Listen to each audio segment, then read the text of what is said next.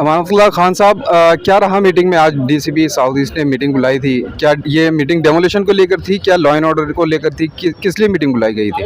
ये DDA director थे, इसके अंदर डीडीए डिप्टी डायरेक्टर थे, कानून गो थे, डीसीपी थे, एडिशनल डीसीपी थे, एसीपी, एसएचओ, तमाम यहाँ के काउंसलर्स थे, यहाँ के मुअज़्ज़िज़ लोग थे, एक्स-एमएलए थे, मैं था, और तमाम यहाँ के आरडब्ल्यू के ज़िम्मेदार लोग थे। हमने उनको यही बताया कि बटला हाउस डेमोलिशन को लेकर था कि भाई 21 में जो है 21 केस के अंदर टोटल इन्होंने जो है 52 बता रहे हैं कि 52 हमने नोटिस लगाए हैं। 21 में हमने जो है स्टे हाई कोर्ट से ले लिया है, 16 के अंदर जो है नोटिस कर दिया है, यानी कि 37 केस हम कोर्ट मूव कर चुके हैं।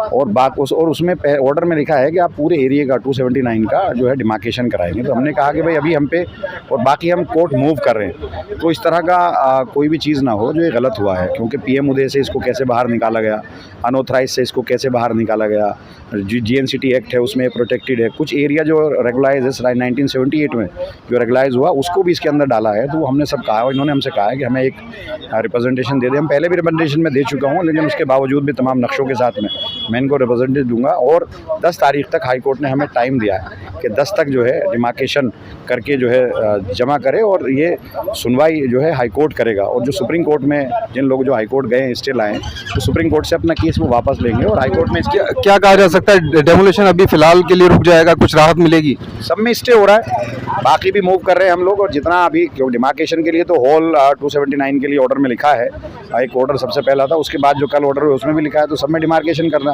डिमार्केशन किसी एक मकान का तो होगा नहीं, तो हमारी तो यही कोशिश है कि हर एक मकान को बचाया जाए, और इंशाल्लाह बचेगा।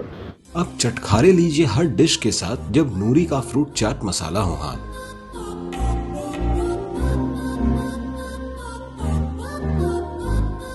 हर डिश की लज्जत बढ़ाए और आपको आपकी उंगलियां चटाए। किसी भी डिश को चटपटा बनाए, आज ही ले आइए नूरी मसाले का फ्रूट चाट मसाला।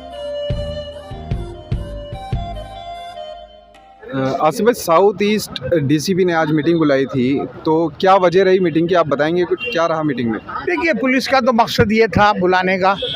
मुझे जो लगा कि अगले हफ्ते उन्होंने डेमोलिशन का प्रोग्राम लगा रखा है और वो एरिया में लॉ एंड ऑर्डर अमन बनी रहे, बुलाए तो इस मसले पे था।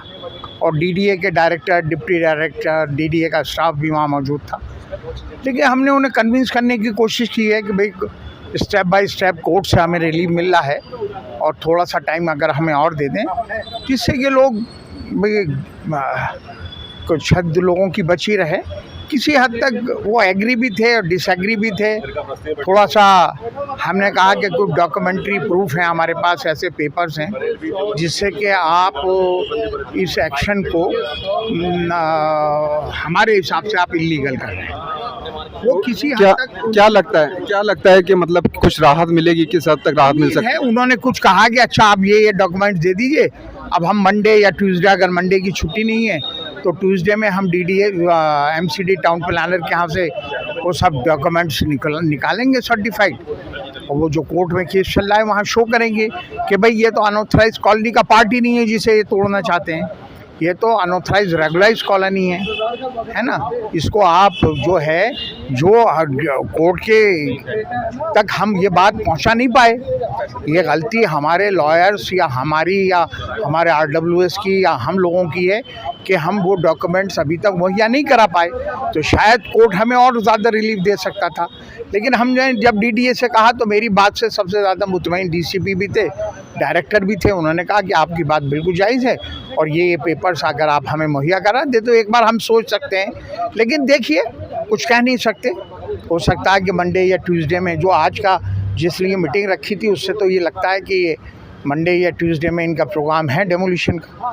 जब भी इन्होंने आज यहाँ मीटिंग बुलाई थी कि भाई एरिया के हालात पुराने रहें। एक तरफ तो ये आपसे डॉक्यूमेंटेशन की बात कर रहे हैं, और दूसरी तरफ ये मंडे या ट्यूसडे आप बता रहे हैं कि डेमोलिशन का प्लान है। ये आप समझिए, गवर्नमेंट ऑफिसर्स हैं, सुप्रीम कोर्ट का फंदा ये अपने गले में फिट नहीं करेंगे ना। वो क्यों आपके लिए इतना रिस्क लेंगे कि सुप्रीम कोर्ट कल को उनको कंटेम्प्ट उन पर चालू कर दे, है ना। तो वो अपनी तैयारी कर रहे हैं, हम अपनी तैयारी कर रहे हैं, है ना। लेकिन हालात बहुत अच्छे नहीं हैं, साजगार नहीं है। कोर्ट से बहुत ज़्यादा रिलीफ भी नहीं है, तो कुछ रिलीफ भी मिली है। आगे देखिए क्या होता है, उम्मीद है कुछ हालात नॉर्मल होंगे।